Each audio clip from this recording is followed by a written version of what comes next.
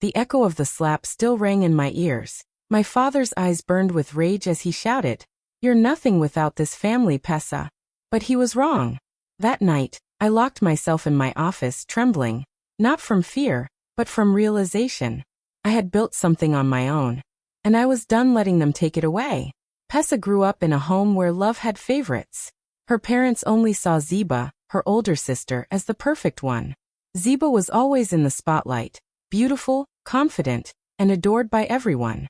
Their father called her the pride of the family. When guests came, he spoke about Ziba's charm, her dreams, her fashion shows, and her beauty.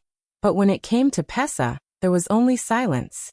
She was the quiet one, always helping, always trying, but never enough. Even when Pesa did something amazing, like graduating top of her class, her father smiled and said, "You should thank Ziba. She inspired you." Those words hurt more than he knew. Pesa wanted him to see her too, to be proud of her without comparing her to anyone. But that day, she just nodded and forced a smile, the same way she always did. At home, Ziba's laughter filled the air, her mother rushing to pick her clothes or fix her hair for another event. Pesa, on the other hand, spent her evenings alone in her small room. She didn't go to parties or hang out much.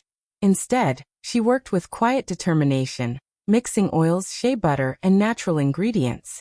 Bit by bit, she created something that felt like hers, her own skincare brand, made from love and patience. She called it Origlow. No one knew what she was doing. While her family slept, she worked by candlelight, wrapping jars, labeling bottles, and testing products on her own skin. Sometimes she whispered to herself, "One day they'll see me." She didn't do it for fame or money. She just wanted to create something real, something that would prove she was capable too. Ziba thought Pesa's long nights were just her weird hobbies. Their parents never asked, never cared to see the quiet fire growing inside their youngest daughter. To them, success had one face, Ziba's. But fate was slowly turning. What began as a small side project in Pesa's tiny room was about to become something far bigger than anyone in her family could imagine. Her work, born from loneliness and strength, would one day shake the same people who ignored her.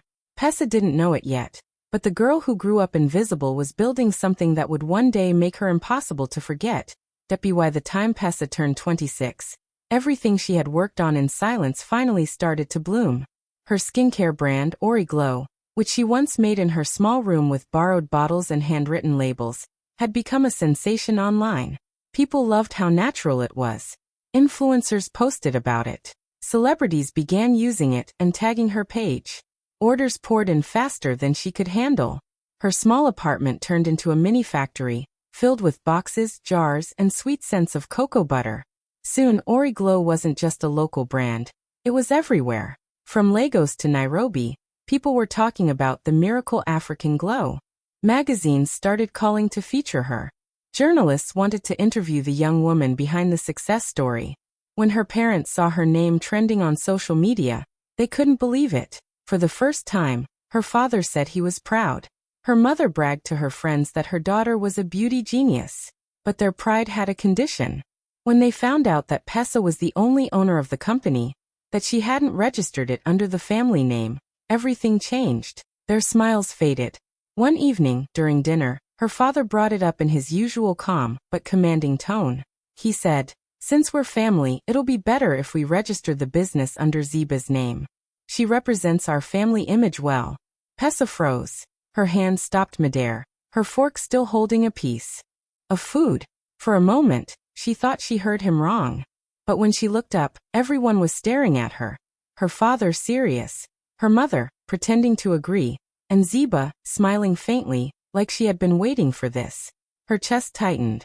They didn't see her as the creator of Origlow. They saw her as someone who should hand it over, because Ziba looked better for the cameras. The same sister who had never mixed a single jar of cream was about to take the credit for everything she had built from nothing. For years, Pesa had swallowed her pain and kept quiet, but not this time. She placed her fork down slowly, took a deep breath, and said the word she had never dared to say before. No. The room went silent. Her father's face changed instantly. Ziba's smile faded. But for the first time in her life, Pesa didn't feel small.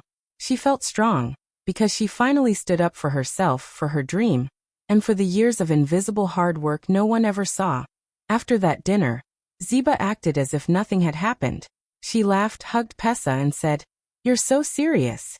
I was only joking about the company." But behind that sweet smile, something dark began to grow. Jealousy. For the first time, Ziba wasn't the one everyone praised. People now talked about Pesa, the girl who built a brand that shook the beauty industry. Ziba couldn't stand it. She started watching every move Pesa made, pretending to be supportive, but her eyes carried quiet anger. Soon, she began whispering things to their parents. At breakfast, she would say things like, "Pesa doesn't respect you anymore," or "She's becoming too proud because of money."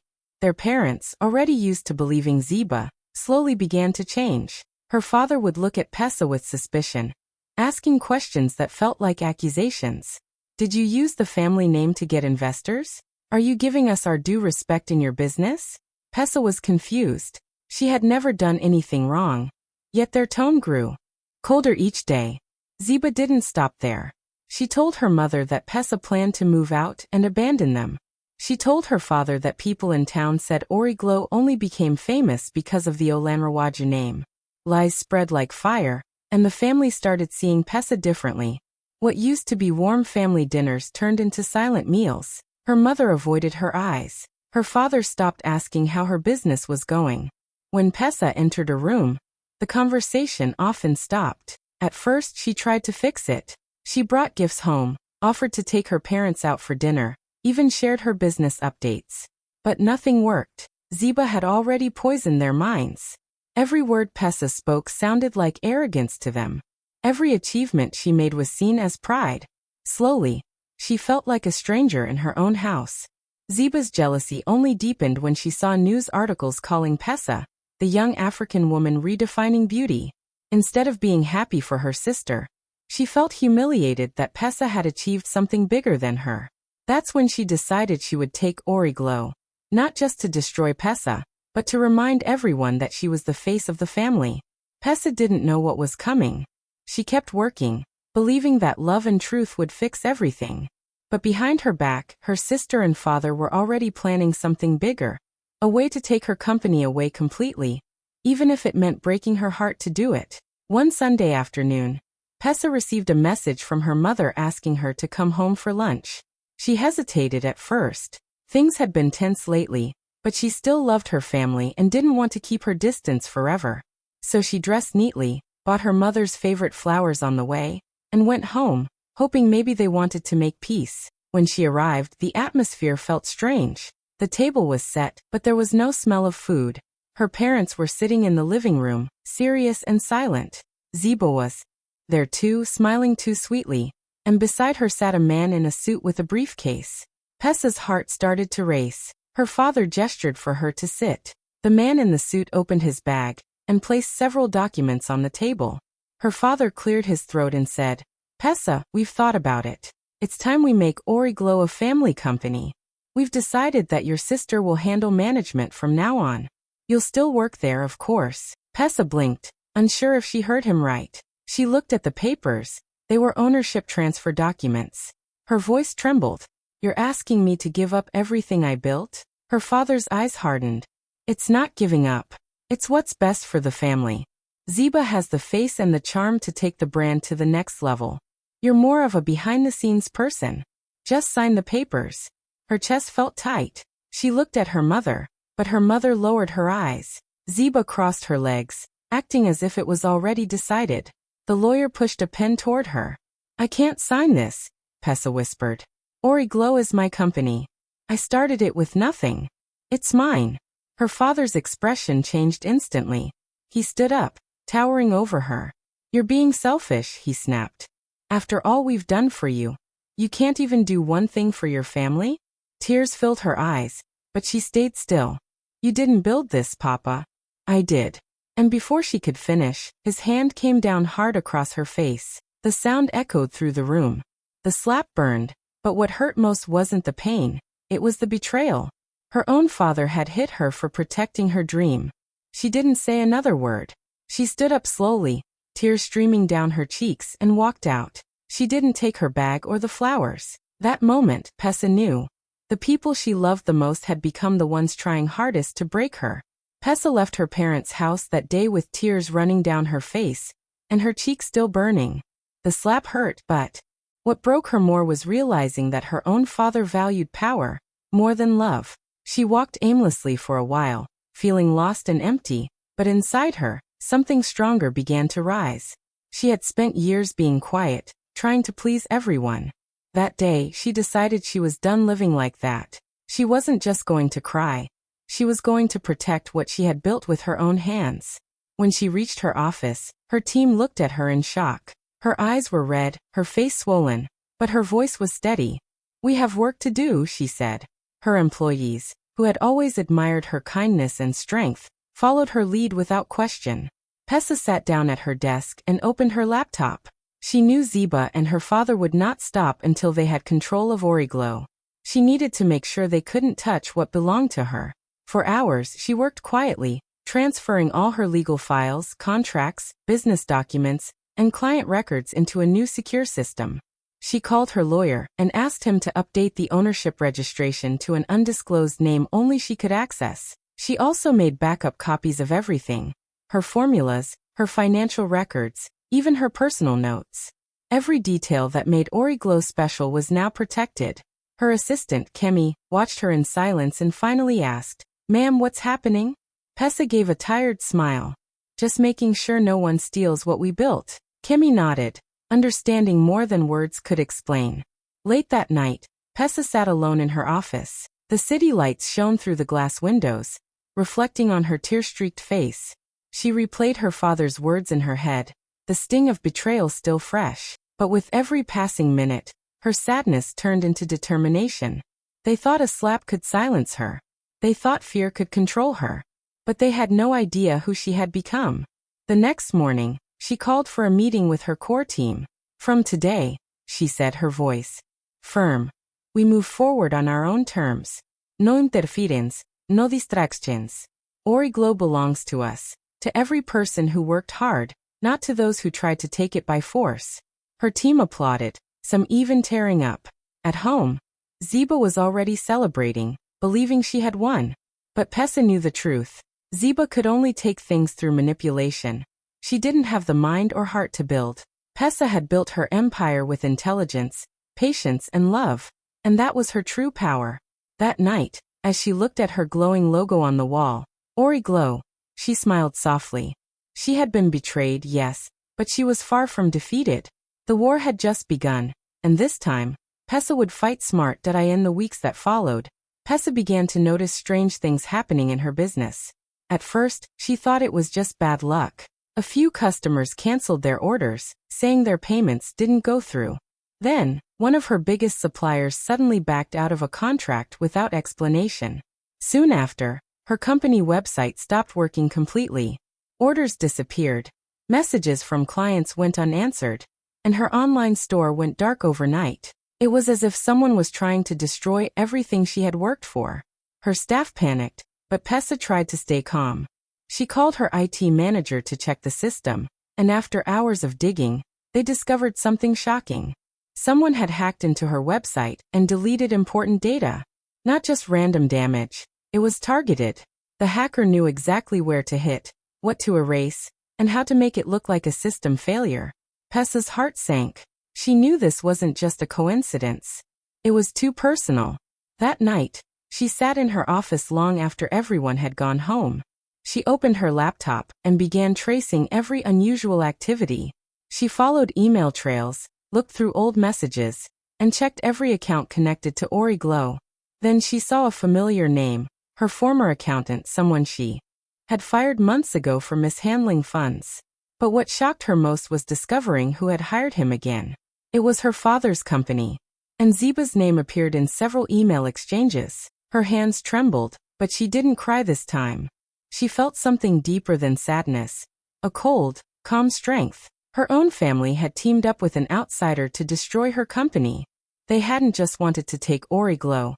They wanted to ruin her completely. Pessa knew she couldn't react emotionally. They expected her to panic, to shout, maybe even to give up. But instead, she began collecting evidence. She saved every email, every bank transfer, every message that linked them to the sabotage. She quietly built a digital folder filled with proof. Her lawyer didn't even know yet. She wanted everything ready before she made her move. Her assistant asked, "Ma'am, should we confront them?" Pessa shook her head. "Not yet. Let them think I'm weak. It'll make the truth louder when it comes out." Over the next few days, she rebuilt her website with a stronger security team. Every time Ziba and her father tried another trick, she stayed silent, pretending not to notice. But behind that silence, she was documenting everything. She had spent years being the quiet daughter, always forgiving, always patient. But now Pessa wasn't silent, she was strategic. This time, her silence wasn't weakness. It was preparation.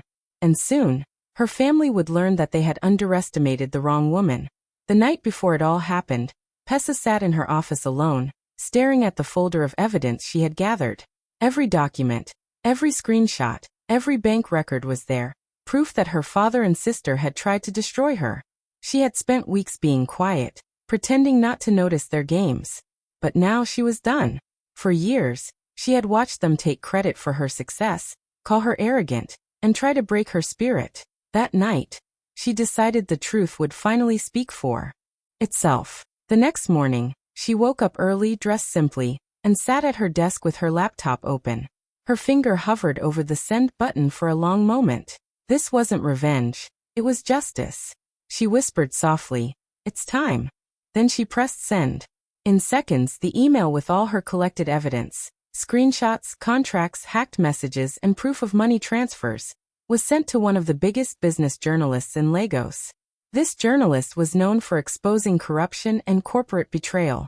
Pessa didn't include any emotional story, only facts. She didn't hide behind anyone's name. She wrote clearly, "My family tried to steal my company. Here's the proof." By noon, the story exploded across the internet. The headline flashed on every news site and social platform. "Family betrayal in beauty empire. Father and sister accused of theft." People were shocked. They couldn't believe that the respected Olanrewaju family, known for their wealth and influence, could do something so cruel. Journalists started calling for comments, bloggers picked it up, and social media users began to share Pessa's story everywhere. Within hours, Ziba's phone was filled with angry messages. Her father's business partners withdrew their deals. The same people who once praised their name now distanced themselves from them. At home, chaos broke out. Ziba screamed at her father, blaming him for everything. Her mother cried, begging Pessa to take the story down. But it was too late. The world had already seen the truth. Investors pulled out of her father's company, and the family's reputation began to crumble faster than they could control it. Meanwhile, Pessa stayed quiet. She didn't post or respond to any messages. She just watched everything unfold from her office window, feeling both sad and relieved. It wasn't the victory she had imagined. It was painful to see her own family's name fall apart. But deep inside, she knew they had brought it upon themselves. The family that once silenced her had been exposed by her silence. The truth had done what words never could. And for the first time, the world finally saw Pessa, not as the invisible daughter, but as the strong woman who stood up for what was right, no matter the cost. The day after the news broke, Pessa's office was quiet but tense. Her employees worked silently, pretending not to notice the chaos spreading online. Then the glass doors burst open. Her father stormed in, his face red with anger, followed by Ziba and their mother. He didn't even wait for permission to speak. "You ruined us," he shouted, slamming his hand on her desk. Papers scattered everywhere, but Pessa didn't flinch. She sat still, calm, and collected. Her father's voice grew louder. "Do you know what you've done? My company's investors are gone. The family name is in the mud. Your sister can't even leave the house without being insulted. Are you happy now?" Pessa stood up slowly and looked at him. Her heart hurt, but her eyes stayed firm. "No, Papa," she said quietly. "I didn't ruin you. You ruined yourself when you forgot who built this, when you chose control over love, when you tried to take what wasn't yours." Ziba stepped forward angrily. "Don't act like a saint, Pessa. You made us look like monsters."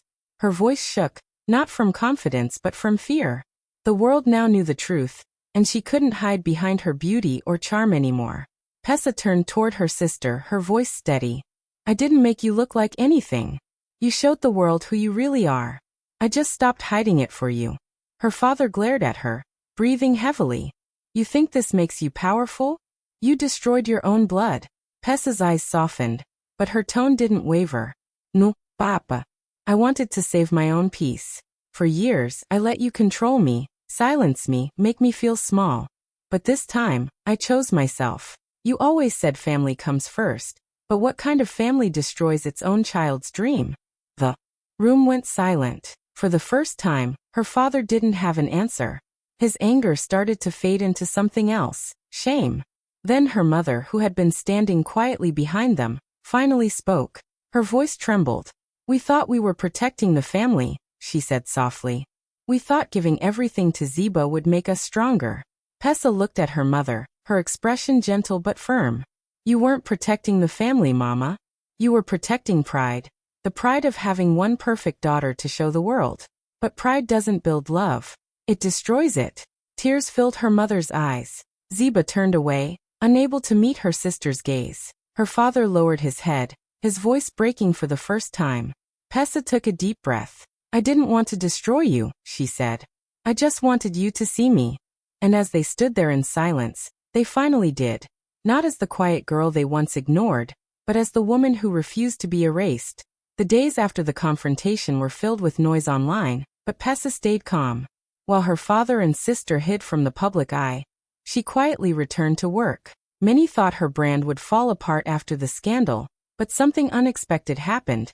It grew stronger. Customers who once didn't know her story now admired her for her courage. They saw her as more than a businesswoman. They saw her as a survivor who fought for her truth. Orders began to pour in again. Messages flooded her inbox from women thanking her for speaking up. Soon, journalists who had once chased gossip started writing about her strength. Pessa Beauty rises from betrayal. One headline read, people were drawn to her honesty. She didn't pretend to be perfect. She shared her lessons, her pain, and her recovery. And in doing so, she gave others the courage to face their own fears. New investors began reaching out. They said they wanted to work with someone who had integrity. You built this empire on truth, one investor told her during a meeting. That's the kind of foundation that never breaks. Pessa smiled, realizing that everything she lost was being replaced by something better. Trust, respect, and purpose. But instead of celebrating her success alone, Pessa wanted to help others who had gone through similar pain. She remembered the nights she cried alone, feeling powerless because her own family had controlled her finances, her voice, her dreams. She decided no other woman should suffer that way. So, she launched a foundation, one that offered financial training and startup support to women entrepreneurs who had been silenced or manipulated by their families. The response was overwhelming.